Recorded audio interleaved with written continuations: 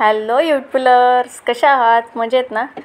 तर आज आपण ना सोया किमा बनवतोय आणि एकदम वेगळ्या पद्धतीनं बनवतोय। तुम्ही जर अशा पद्धतीनं कधी केला नसेल तर नक्की करून बघा, खूप खूप उत्तम लागतो चवीला। लाल तिखट, हळद, आमचूर पावडर, धनेपूड, गरम मसाला, आले लसूण आणि कोथिंबीरची पेस्ट, एक कांदा आणि एक उकडलेला बटाटा। हे सोया चंक्स आहेत, गरम पाण्यामध्ये भिजवून घेतलेले।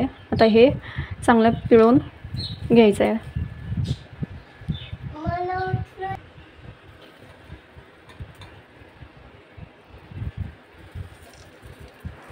एक 15 मिनिट गरम पाण्यामध्ये भिजायला ठेवायचं आहे आणि त्याच्यानंतर हे चांगलं असं पिळून पाणी काढून मी घेते। तर हे सोया चंक्स असे आपण पिळून घेतलेले आहेत, चांगले पाणी काढून घेतलेले आहे आणि हे पाणी निघालेलं आहे हेच आपण भाजीला वापरणार आहे, हे टाकून द्यायचं नाही आहे। तर हे मिक्सरच्या भांड्यामध्ये घालून ह्याची भरड करून घ्यायची आहे। पूर्ण बारीक नाही करायचं, असं भरड बारीक करून घ्यायचं आहे।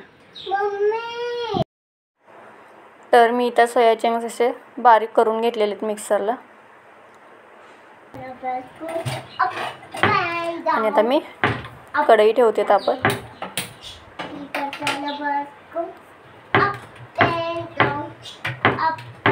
त्याच्यामध्ये 2 ते 3 चमचे तेल घालते मी।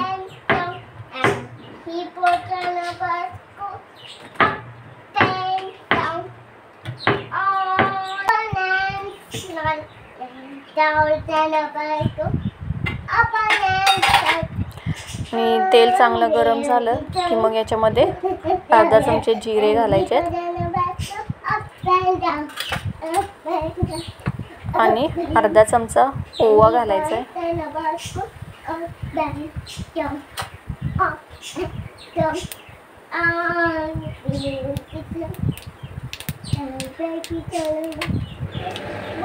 आणि चांगलं फुललं की याच्यामध्ये मग कांदा घालायचा आहे। कांदा चांगला गोल्डन ब्राऊन होईपर्यंत परतून घ्यायचा आहे। तरी तर बघू शकता कांदा चांगला भाजलेला आहे। आता याच्यामध्ये आपण ते घेतलेले सगळे मसाले घालायचे आहेत।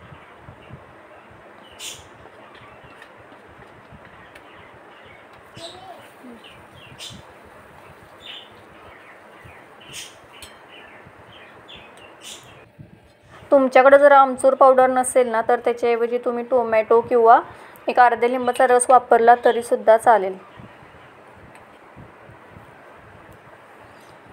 तर हे सगळे मसाले चांगले परतून घ्यायचे आहेत। मसाले चांगले खमंग भाजले गेले की मग तो सोया चंक्स बारीक करून घेतलेला ना तो घालायचा आहे आणि तोही चांगला परतून घ्यायचा 1-2 मिनिट।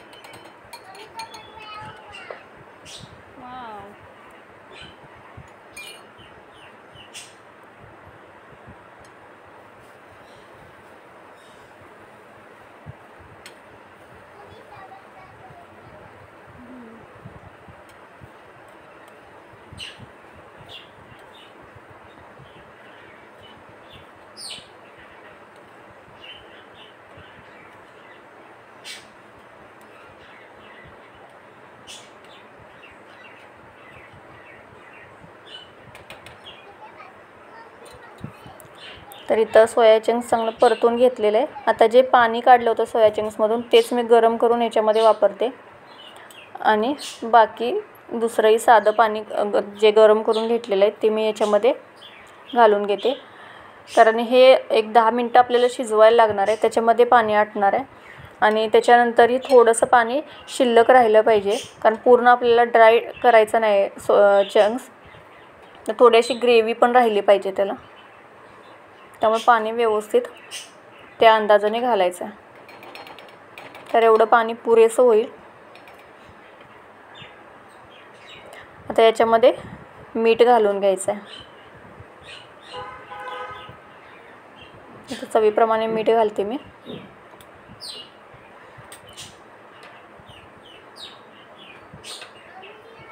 आणि आता जो बटाटा उकडून घेतला होता तो आपण किसून घालायचा आहे याच्यामध्ये।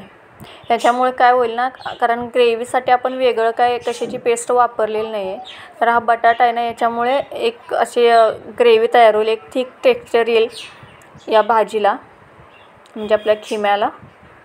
तर बटाट्याची अशी वेगळी चव लागणार नाही, पण असं एक थिकनेस येईल ह्याला.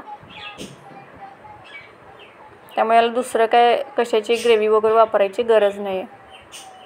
तुम्ही आणखीन एखादा बटाटा जरी किसून घातला तरीसुद्धा चालेल. मी ते 1 घातलं आहे, तुम्ही 2 घातला तरी पण चालेल.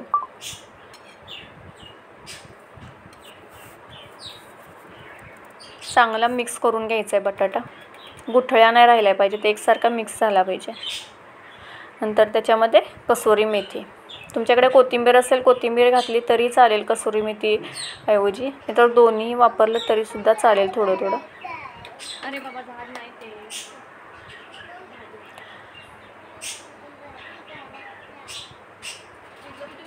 आता हे झाकून एक उकळी आल्यानंतर झाकून 10 मिनटं चांगलं शिजवून द्यायचं आहे. तर एक 10 मिनटानं दाखवते तुम्हाला. आपला सोया किमा मस्त तयार आहे. खूप छान लागतो, नक्की करून बघा. आणि चला तर खाऊन घ्या आणि आपल्या चॅनेलला लाईक करा, शेअर करा, सबस्क्राईब करा. थँक्यू.